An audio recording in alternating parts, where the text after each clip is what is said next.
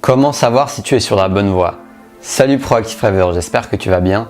Dans la vidéo du jour, je vais te parler d'un indice qui va te montrer que tu es sur la bonne voie, que tu es en train de faire ce qui te plaît, que tu es dans le flow.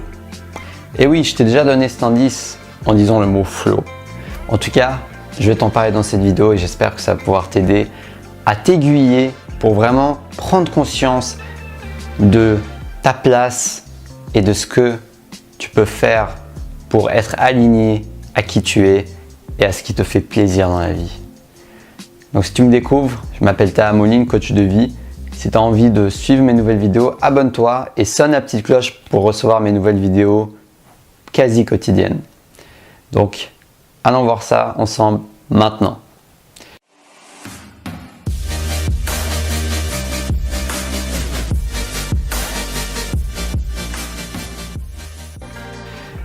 Donc ce que je voulais te dire, c'est que un élément qui va te permettre de savoir si tu es sur la bonne voie, c'est est-ce que je me sens libre? Est-ce que j'ai l'impression de choisir ce que je fais?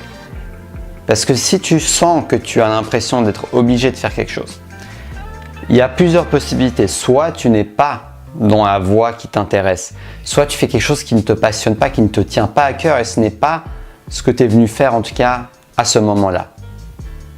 Ou bien tu te mets tellement de pression que même quand tu fais ce que tu aimes, tu te sens obligé de le faire. Alors là, c'est une autre histoire.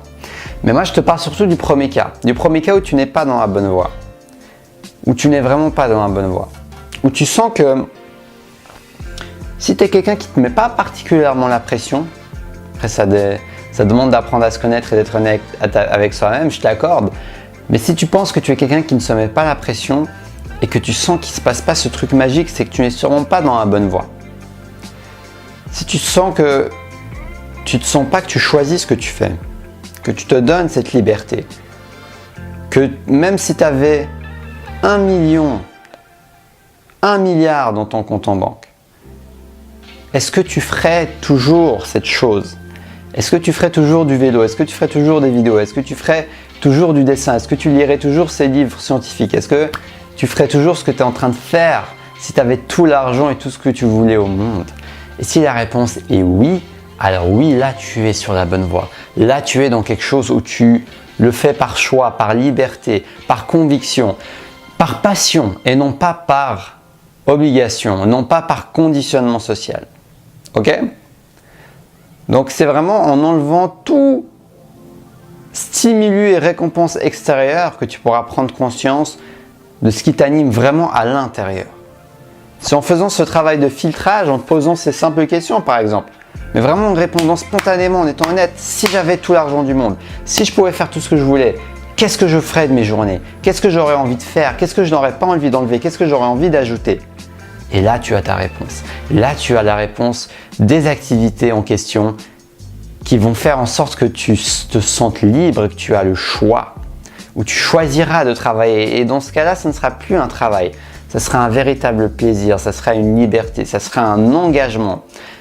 Non pas que ce sera toujours facile de passer à l'action. Parce que même si j'adore faire ces vidéos, même si j'adore écrire, même si je le ferais, même si j'avais 1 million dans mon compte en banque, mais malgré tout, j'ai toujours des résistances, j'ai toujours de la peur avant de passer dans ce processus créatif. Donc, la peur, bien au contraire, n'est pas un indice que tu n'es pas dans la bonne voie. Souvent, c'est bien au contraire. Plus tu te mets un peu la pression pour quelque chose, tu as un peu peur et il y a des chances que ce soit quelque chose qui te tienne à cœur justement. C'est pour ça que tu en as si peur, parce que ça te tient à cœur et que ça rime et que ce n'est pas pour rien.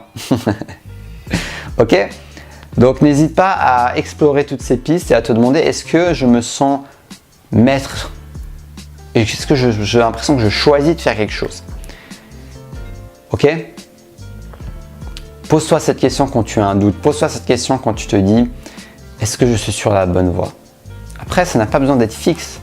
À un moment X, tu peux aimer quelque chose et à un moment de ta vie Y, tu peux te dire c'est plus ça que j'ai envie de faire. Il faut aussi apprendre à s'écouter.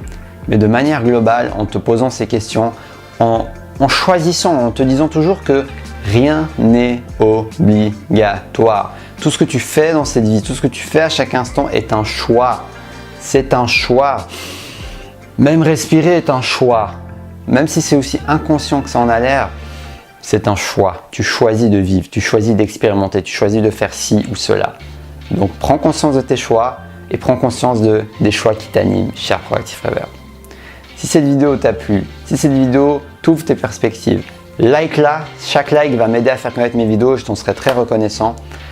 Dis-moi ce que tu en penses dans les commentaires, ton partage d'expérience, tout partage d'expérience est le bienvenu bien évidemment, parce que je ne suis pas seul.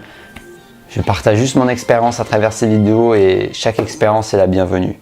En tout cas, si tu as envie de me soutenir, soit en commandant ta séance de coaching avec moi, ou soit en me faisant un petit don sur Tipeee. C'est dans la description de la vidéo, tous les liens seront là. Abonne-toi, sonne la petite cloche pour rejoindre la communauté des Proactive Rêveurs. Partage et n'oublie pas like. Ça va m'aider à faire connaître ma chaîne YouTube. Dans tous les cas, je te souhaite une belle journée et surtout, reste connecté à ta flamme intérieure. Et oui, tu choisis même ça.